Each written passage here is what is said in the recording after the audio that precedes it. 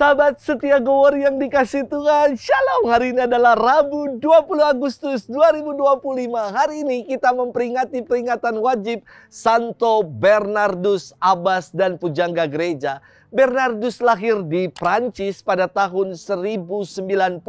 Setelah kematian ibunya, Bernardus hidup dalam masa yang kelam. Namun, ia memperbaharui hidupnya dengan masuk biara pertapaan yang dipimpin oleh Santo Stefanus Harding. Di biara ini, Bernardus mendapat pencerahan untuk tekun merenungkan firman dan bergiat menulis banyak buku. Kemahirannya dalam bahasa Latin membuatnya mampu menerangkan dengan jitu ajaran iman Katolik. Maka Bernardus dikenal sebagai seorang pengkhotbah ulung dan pembela ajaran iman gereja. Kemudian ia mendirikan biara dekat Clairvaux, Lembah Hening. Dan Santo Bernardus adalah pujangga gereja dan bapak gereja yang terakhir.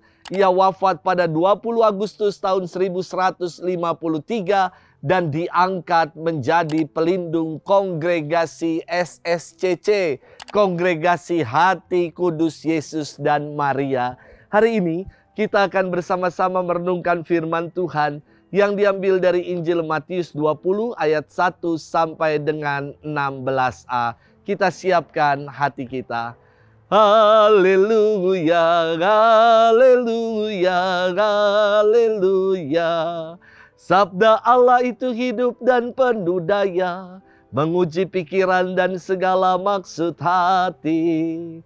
Haleluya, haleluya, haleluya.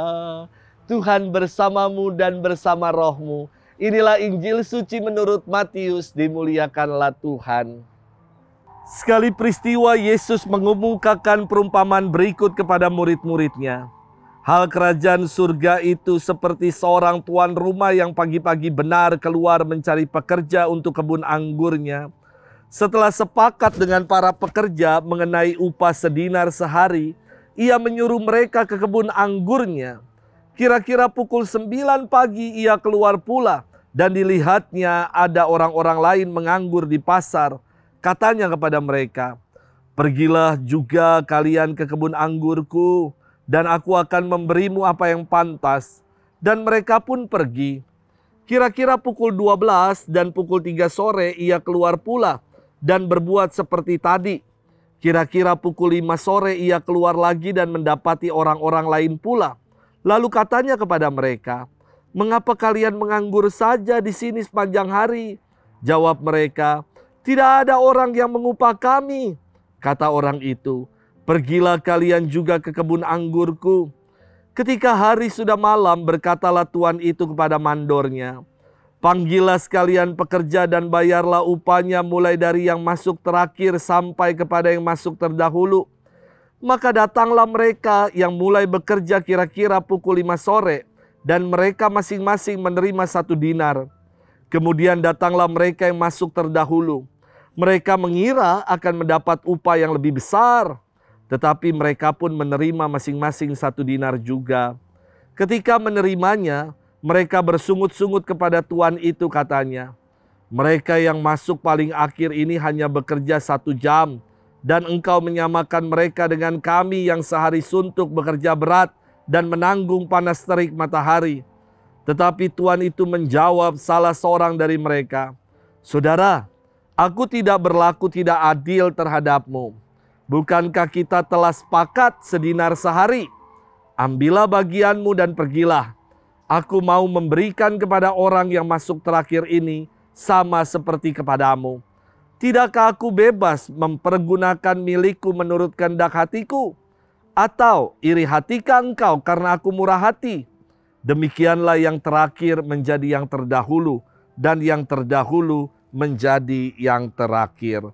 Demikianlah sabda Tuhan. Terpujilah Kristus. Sahabat setia Gowor yang dikasihi Tuhan, Shalom.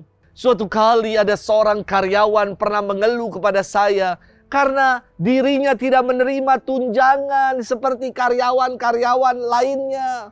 Lalu saya mengatakan kepada karyawan itu, Apa yang Bapak keluhkan itu tidak mendasar. Kan Bapak belum berkeluarga, jadi tidak dapat tunjangan anak. Kalau Bapak sudah berkeluarga dan punya anak, baru ada tunjangan buat anak istri. Orang belum berkeluarga minta tunjangan anak istri. Untuk anak istri siapa? Sahabat setia Gowor yang dikasihi Tuhan. Dalam firman hari ini, dikisahkan perihal kerajaan Allah yang diumpamakan seperti pemilik kebun anggur yang mencari pekerja untuk kebun anggurnya. Artinya kerajaan Allah itu perlu diupayakan, perlu digarap, diusahakan. Sang Tuhan sendiri yang mengundang para pekerja untuk menuai di kebun anggurnya. Demikian juga dengan hidup ini. Allah mengundang kita untuk mengupayakan, menuai dan bekerja sama dengan Allah dalam mewujudkan hadirnya kerajaan Allah. Bukan hanya nanti di sono kelak, tetapi kini dan sekarang. Hadirnya kerajaan Allah yang sekarang perlu diupayakan agar kualitas hidup manusia semakin sejahtera dan seturut dengan kehendak Allah. Kepada mereka yang hanya duduk-duduk, nganggur, nggak ada kerjaannya, Allah mengundang mereka untuk turut menuai di kebun anggurnya.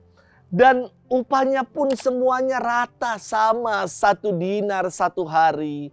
Mungkin dari kisah ini kita berpikir seperti pekerja yang datang bekerja dari awal hingga akhir, yakni berharap mendapatkan upah yang lebih daripada yang datang hanya setengah hari, bahkan yang baru datang beberapa saat saja. Namun yang digarisbawahi dari kisah ini adalah sang pemilik kebun anggur murah hati, memperlakukan semua pekerjanya dengan upah yang sama, 1 hari 1 dinar. Sahabat setia Gowor yang dikasihi Tuhan, mau yang lahir duluan ataupun yang baru lahir, mau yang mati duluan ataupun mati belakangan, upahnya sama bagi orang yang percaya, yakni kerajaan Allah. Maka jangan bermental seperti pekerja yang datang di awal, yakni bersungut-sungut dan berharap mendapat lebih. Pekerja yang demikian hanya bermental upahan, yang orientasinya hanya demi keuntungan pribadi saja. Apa yang dikerjakan, karya, pelayanan, dan segala yang kita buat, ini merupakan anugerah dari Tuhan untuk menggarap kebun anggur. Jadi jangan sia-siakan kesempatan hidup ini. Saya sungguh percaya kalau perjuangan dalam hidup ini tidak akan pernah mengecewakan hasilnya. Mari kita bersama-sama berjuang dan mengupayakan kerajaan Allah yang hadir di sini dan sekarang dengan mengolah hidup kita, mengolah kebun anggur kita dengan sebaik-baiknya. Selamat bermenung. Tuhan memberkati kita semua, Bapa dan Putra dan Roh Kudus. Amin.